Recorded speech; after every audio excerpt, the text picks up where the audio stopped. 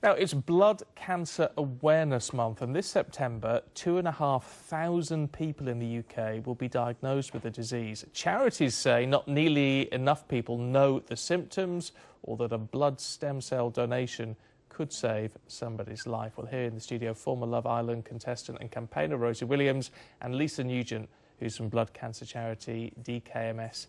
Good to see you both. Rosie, why are you involved in this? What's your interest? I've had a blood disorder for my entire life and it's affected me in a number of ways, and I heard about blood cancer awareness, and I'm a young person, I don't know a lot about it, and I just know how my disorder's affected me, and I'm sure blood cancer affects people a lot more than my disorder's affected me, and I just think a lot more people need to be aware of it and help. I mean, I've got to be perfectly honest, Lisa. I've heard of blood cancer, but I'm not really any the wiser as to quite what it is, what the symptoms are, how it's treatable or anything else. You're not alone. They estimate that less than 50% of the population know anything about blood cancers. The most common names that you will hear are leukemia, myeloma, lymphoma, but then there are so many branches off of that because it can occur in different types, affect white blood cells, red blood cells, platelets, so you're not alone, don't worry. In terms of thinking about how cancers work, I mean, obviously something that is within your bloodstream is then affecting the whole of your body. I mean, what does that mean in terms of treatment? Well, many people don't appreciate can actually be treated by a blood stem cell transplant, but in 70% of cases that transplant comes from a total stranger, and that's where our charity steps in, because we try and find those total strangers who can save someone's life. How important is it then, Rosie, do you think, for all of us to be a bit more aware of what we could do to help each other with this? Definitely. I mean, I know for myself that for me to have a blood transfusion is quite hard. For me to give blood is quite hard because not many people have my type of blood.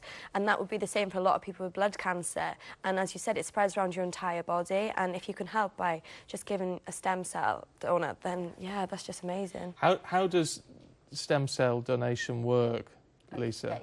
So there are two possible methods of donation, and in 90% of cases it's via a method that is very similar to giving blood. So it's taken from one arm, pumped through a machine to filter out your stem cells, and then given back to you through the other arm. And that basically reboots the blood system for the patient. So we just, I mean, this isn't just done when you give blood ordinarily then, so you need to be giving blood specifically for stem cells. Exactly. When it comes to finding a match, it's more complicated than giving blood. You have your O and your A blood types. There's actually 17,000 characteristics that they're looking at when they're trying to find a donor. Yeah, and they can occur in a variety of combinations. That's why, we're desperately crying out this Blood Cancer Awareness Month to get more people on the register to try and save lives. Also, so how do people do that? Because there will be people thinking, well, yeah, I mean, I'd be interested in that. Giving blood is nothing. It doesn't, it doesn't take. It's not a stressful situation. So if people are aged 17 to 55 in general good health, they can visit our website, dkms.org.uk, and they can request a cheek swab kit, which will be sent to them at home. They just do 3 cheek swabs. That allows us to analyse what we call their HLA typing. Right. And in terms of, I mean, you talked about transfusions and things, Rosie. I mean, lifeblood is it's a sort of overused phrase in a way, but it really is the difference between life and death for a lot of people, isn't it? Whether you're giving blood for stem cell research or you're giving blood ordinarily. I mean, to people like you, it makes all the difference in the world. Yeah, it makes so much more of a difference. I mean, my sister lost a lot of blood when she was giving birth to my niece, and it was going to take 2 days for them to be able to transfuse that blood to her, and therefore they just sent her home and told her to rest because the blood cell was reproduced, but she was very ill for those days. So it does make so much difference if people can just help give a bit more blood. Yeah, no, absolutely. So dkms.org.uk. Indeed, yeah. Right, that's reasonably easy to remember. I mean, everyone can check it out. Oh, I was going to ask, do the same restrictions apply as due to a blood transfusion in terms of people who aren't eligible to give?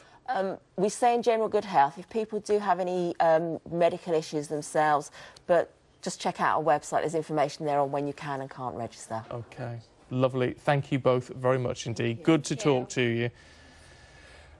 OK, we've got lots more heading your way, including more